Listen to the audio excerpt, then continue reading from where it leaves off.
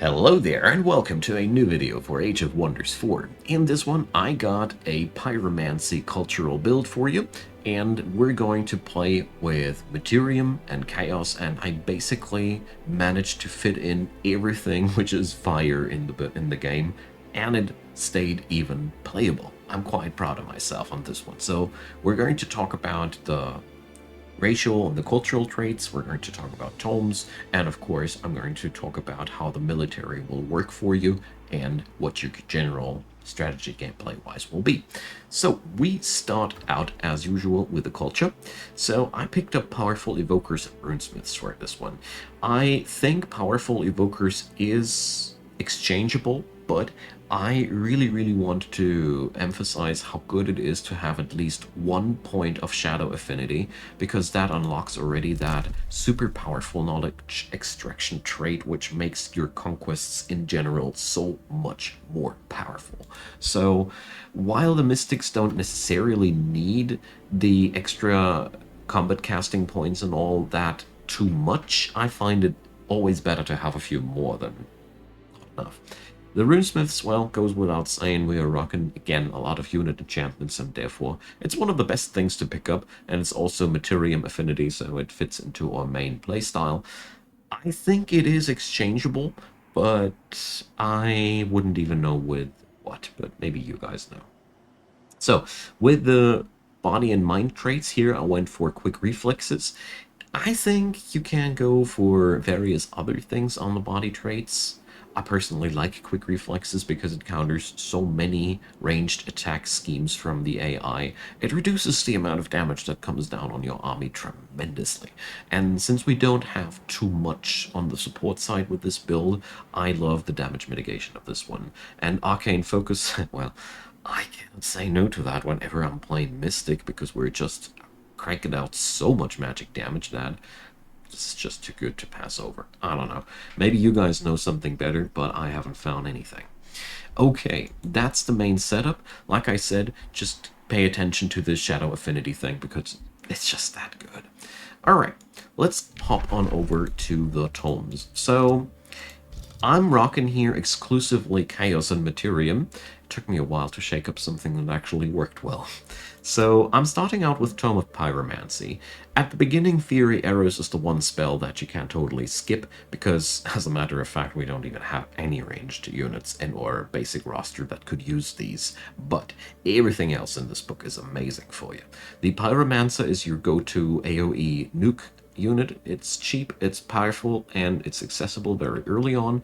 The Lesser Magma Spirit is one cheap battle mage that has a huge payoff once he evolves into the Magma Spirit, which is really just like a better version of the Pyromancer. And with Ignite and Immolate, you have access to sweet battlefield nuke. It's not that powerful per se, but since you can cast a lot with the Mystics, you can keep up the pressure quite well with it. And yeah, Searing Blades is just very synergistic because, you know, we got Polams, we got Shields, we got a lot of summonable other units that synergize with this, so you will make some good use out of that. Ritual Pyre is something that you can use if you happen to have a lot of forests around you. It's pretty good because you're pretty much mana addicted with this build. So the second one to pick up is the Tome of Rock. I struggled with myself for quite a while, but I am very fond of this one. Several reasons for that. Rock Blast is a go-to spell. Whenever fire magic doesn't work, I realize that this works decently too. Also, the Gargoyle is a really nice, sturdy shock unit that will carry you through the early and mid game. If you need one, they are awesome. They can fly, they have a defensive mode that heals them by themselves, and they have fairly decent damage as well, so there's nothing bad to say about these. Same goes about the Lesser Stone Spirits. They are summonable, so you can have them always at your side when you need them, and they evolve into big fat immobilizers, which is just good for you. You have so many ranged attackers, and units that immobilize are always a welcome sight. On top of that, you gain access to Stone Skin and Earthkin, which boost up the defense of your Mystics, which is the weakest side of your faction, and therefore there's something in you that just synergizes on all the sides on your build. The only thing I might point out here, the Gargoyles grow obsolete after a while. Pretty quickly, actually. The central quarry is pretty nice too, because with the Mystics, I often end up with a pretty unsatisfying production output, and that thing can change all these. Alright, tier 2, I went as first thing always into Tome of Mayhem. Several reasons here again. Mark of Misfortune is just amazing. Your battle mages and your supporters will start to debuff the enemy's damage output massively.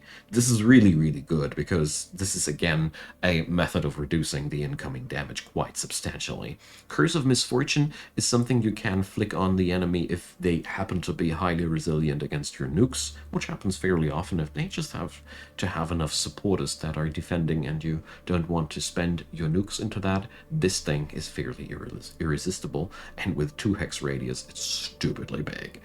Summon Gremlin is really cool because now you have for the first time somebody utilizing Fury arrows, and behind you is automatically turning somebody vulnerable against flanking. Yeah, it's that stupidly powerful. Also, these guys can be just summoned for a relatively low cost. They are available, they are stupidly annoying and powerful. Pretty good tier 2 skirmisher unit to pick up. And so Confusion, well, if you ever happen to use it as a siege project, the displacement is pretty sweet, actually.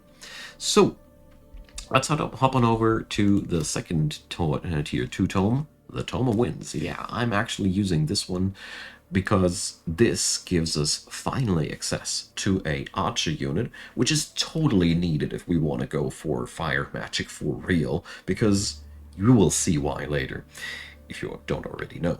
The thing here is you gain access to a tier 3 ranged unit that's really good all over the board. It's not going to be your best unit, but it adds some sweet nuke, fairly high range as well, and you gain access to some ranged attacks too.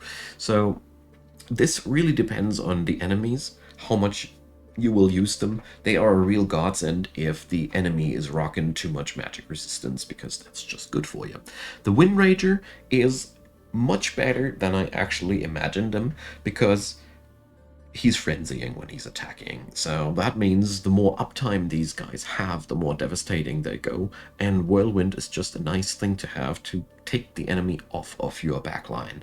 And also they are summonable, so you can have them whenever you want them to. Dust Storm, a 1 hex radius blind. This is so detrimental to the enemy ranged attackers, combined with the ranged defense bonus we have on the body trade. Super powerful, and counters out retaliations. I love that. Windborne Scouts is, well, kind of a thing for your scouts. I don't know if it's really good for the exploration, I figured, but favorable winds is massive. If you have oceans on the map, you will be much more powerful by this spell alone. Abducting Cyclone is disappointing. I think this thing needs a rework, so you can't actually skip it, because nah, you have so many more things to do with your spells per turn. Nah, I really tried to like it. I didn't manage to. So we go on over to tier 3. This is where I personally always pick up Tome of Transmutation first, because we gain a sick AoE nuke here. Melt Armor is only lowering the enemy's physical resistance, so it doesn't help your backliners, who are mostly mages, but your frontliners are nearly unstoppable with this thing, and 20 points of damage are also nothing to sneeze at. But the Transmuter is actually, for me, the real highlight here, because he comes with a 1 hex radius stun, 90% chance. I have won entire battles just because of this stupid little thing there, so I really like this spell a lot.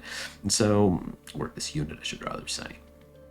Adaptive Armor is another thing that goes in so well for your culture, because, you know, you gain a little bit extra resistances, never goes wrong. It's mostly for your frontliners, but nothing, no hurt done. But Steel Skin, you know, again, 2 more damage, 2 more defense with that one. So we come up with a net gain of +3 defense of this build for everybody on your culture. And by this point, when you have applied Steel Skin, you will really notice how stupidly resilient your dudes are. That's pretty good because you have relatively weak supporters, but this way it works out a charm actually. I was myself very, very surprised. The other tier 3 tome that we're going to pick up is Tome of Devastation. So we gain here access to many, many cool things. Flame Burst weapons is amazing because it increases the critical hit chance and it makes enemies explode that get finished off by your melee units. So you might want to have some focus on finishing off with these units henceforth, because the payoff is huge. Also, Focus of Devastation is a nice power-up for all of your backliners, because now they can cancel defense modes. This is the real highlight, because, if you are able to flick out the enemy's defense modes, your nukes will deal tremendously more damage. So this is pretty cool, and also allows your backliners to destroy fortified obstacles. Unleash the Warhounds is super good if you happen to have to conquer a city, because you start with 6 throwaway units. It's really hard to lose a fight if you are on par with the enemy, and it lowers the losses on your sieges tremendously. Good spell, really good spell. And Warbreed, yeah, this is what makes the Gargoyle finally obsolete. It's stupidly powerful, it's a massive frontliner, and it's just the thing that your culture will love to have, because now you really, I feel like, very well rounded with this one. And don't underestimate the Devastator spheres. They can do a lot of shenanigans when you happen to have the siege slots and everything open, but with Materium Focus you happen to have a lot of siege slots after a while if you want to. So in all honesty, the real highlight here are the Flame Burst weapons, the Warbreed, and the Focus of Devastation, but these other two things are much better than they look at the first glance in a siege situation. So tier 4, well, I rushed for the Tome of the Crucible, but the other one is picking up first too, so it's up to you. With the Tome of the Crucible, we gain access to Lava Burst, which is insane. 2 hex radius, 40 fire damage. Burn, slow, set and fire. So this is something where you can finally nuke the hell out of your enemy. You also gain access to a really nice city structure, which allows you to defend yourself really massively, and most importantly, 40 fortification health. This is so much. This is really a lot. Pyroclastic Eruption is something which allows you to just destroy enemy provinces. It turns them into desolate terrain, so if they don't have any terraforming, this is permanent damage. I love this one too. And Meteor Arrows, well, the infamous Meteor Arrows. So this makes your archers deal splash damage, friend and foe alike. Same goes for the Lava Burst, by the way, also friend and foe alike, so use with care. And yeah, this just transforms your Zephyr archers into absolute nightmarish AoE nukers, so pretty good synergy. And Meteor Shower, combat enchantment that just flicks meteors randomly on the enemy. Again, here you are at risk of hitting your own dudes, but since the other tome we're picking up will give us more fire resistance, and since we rock a lot of physical resilience, we're usually getting the better end of the deal here, because your culture is ideally prepared to soak up that friendly fire, pun intended. So you also gain access to the Great Foundry, which boosts up your mines tremendously, really good stuff. And Meteor Strikes can be really cool if your hero is into it too. So the other tier 4 tome we're going to pick up is, of course, Chaos Channeling, because that's the other big fire tome that we can pick up. Fan the Inferno is the small brother of the Lava Burst, but, it depends on your situation what you want to use. The Scion of Flame race transformation is what I was talking about. You gain, again, more fire resistance. You go immune against burning. You don't need to mine fairy ground anymore, which you're spreading like crazy with this build. You're even spreading it yourself now everywhere. And you also gain the ability to reflect back fire damage on your frontliners. At this point, your frontliners are nightmares to deal with. So Golden Horde is amazing since you end up having a good amount of mana. So if you need a throwaway army somewhere in your backlines, always nice to have that. And Gremlin Ambushers, well, you can target any city with it and you gain throwaway gremlins. So stupidly powerful, because this is so much damage mitigation in a box, because you can't just sacrifice your gremlin ambushers. You get one every turn, so go crazy. And demonic focus is then I don't know. This is so amazingly good for all your mages, because all of a sudden they strengthen themselves when somebody dies. They heal themselves when somebody dies. So what do you want more? At the end of the road, I'll leave it up to you if you want to go for the Tome of the Chaos Lord or the Tome of the Creator. Both seem to be pretty fitting. You have access to both of them with this build for sure, because you have the affinities.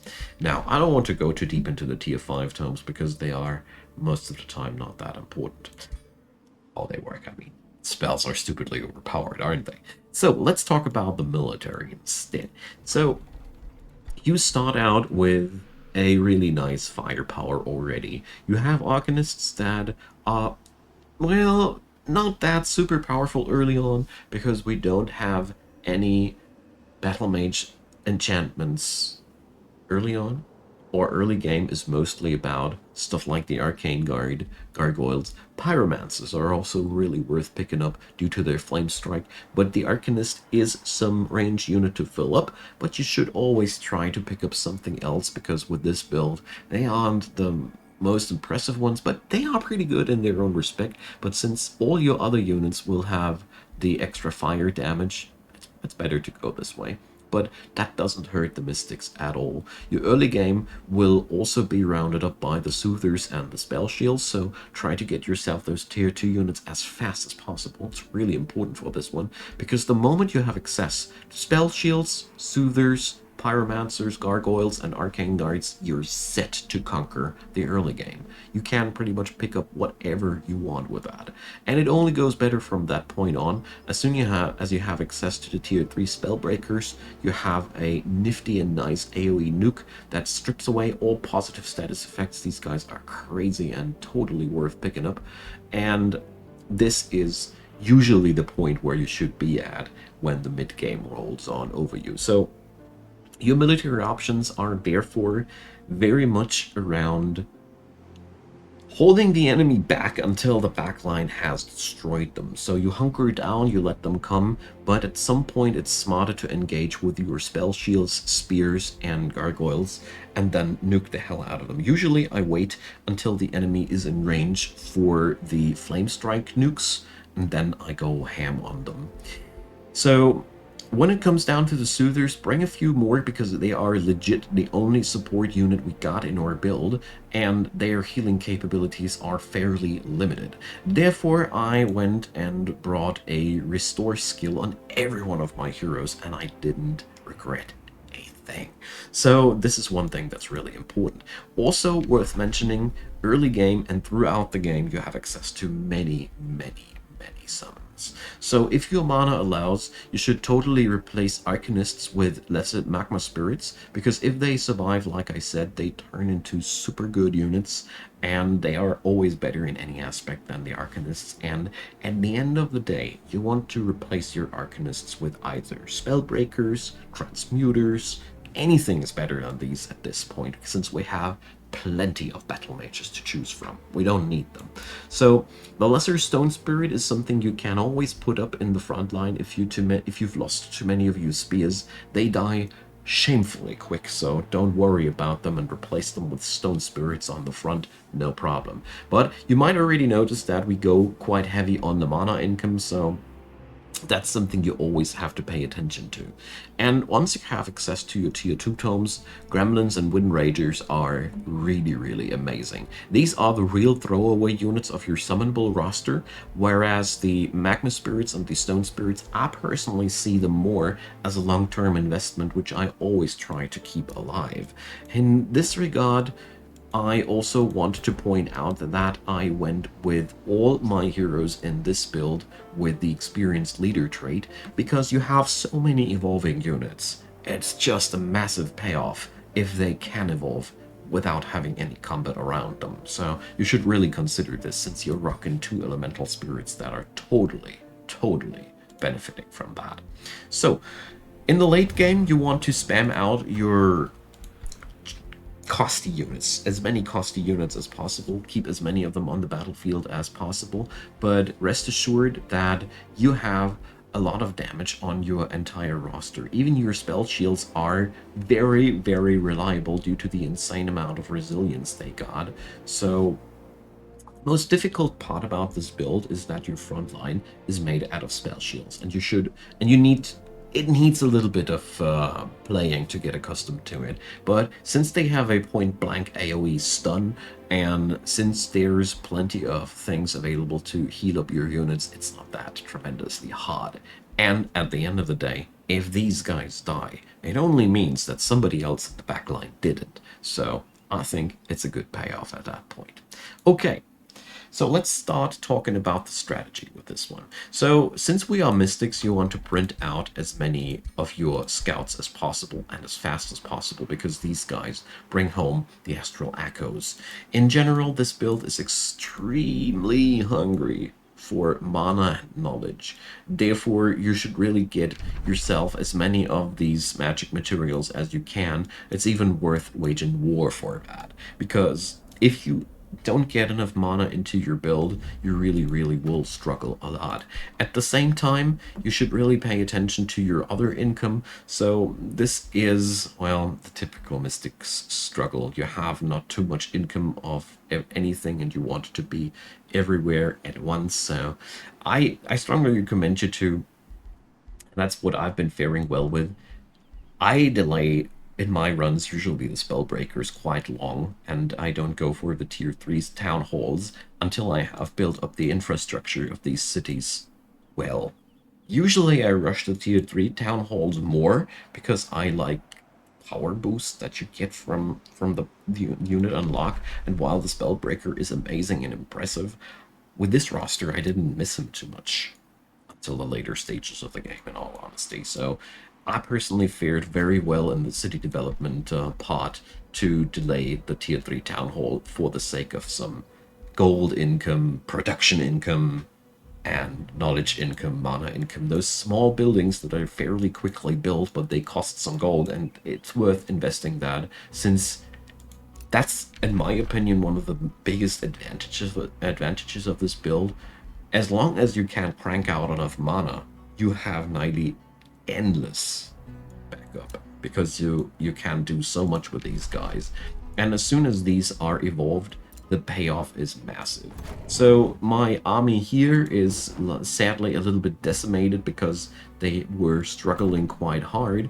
As you see here, I have a little bit of everything there. The only thing that has been blasted out in longer fights is here the front line, and I am missing some Spellbreakers, but that's because I'm fighting against a high culture dude who can really, really nuke well.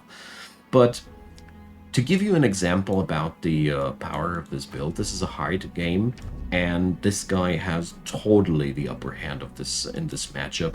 We're waging war relatively early. I just destroyed like 4 doom stacks with these guys. I mean, okay, they look like they already been through a lot, but since you can nuke so well, and since you have a lot of control over the enemy's damage output with debuffs, it really, really goes damn well in the long run. I also want to pinpoint how damn good Infectious Insanity is. I haven't mentioned it in the tome section, which is a shame. This spell can turn around the tide of an entire battle. Put that on a unit that can potentially nuke its entire squad.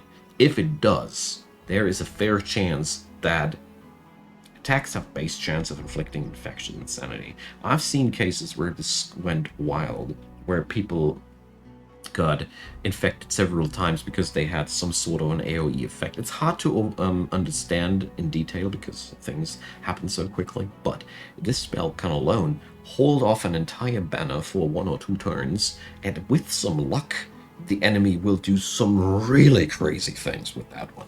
And yes, the spell is fairly costly with what it does, but since we are what we are, we can afford spells quite decently. Another thing that I want to point out, due to your heavy chaos affinity with all that fire magic, you are really meant to go for a lot of war if you can. Try to conquer stuff as much as you can, because with knowledge extraction and the other chaos traits, you have a huge payoff out of that. Also worth pointing out on this one is how good the warsmithing is, so opt into some mines for some extra draft, because that's some dirty cheap way of gaining draft, which is something I always struggle a tad bit with the mystics. Also, I enjoy a lot the master mason skill, because, you know, gold is always of concern for me when I'm playing these guys, so it's really, really good to have that.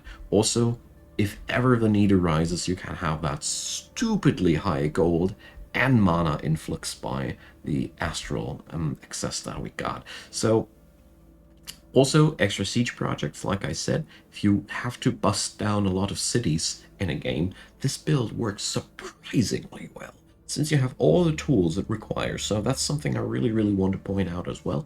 And in the later stages, yeah, well, we can't just, you know, get ourselves so many resilience bonuses out of this one. And this last one, if you get to the point martial ancestry, is really, really good, because lowering your costs is always amazing.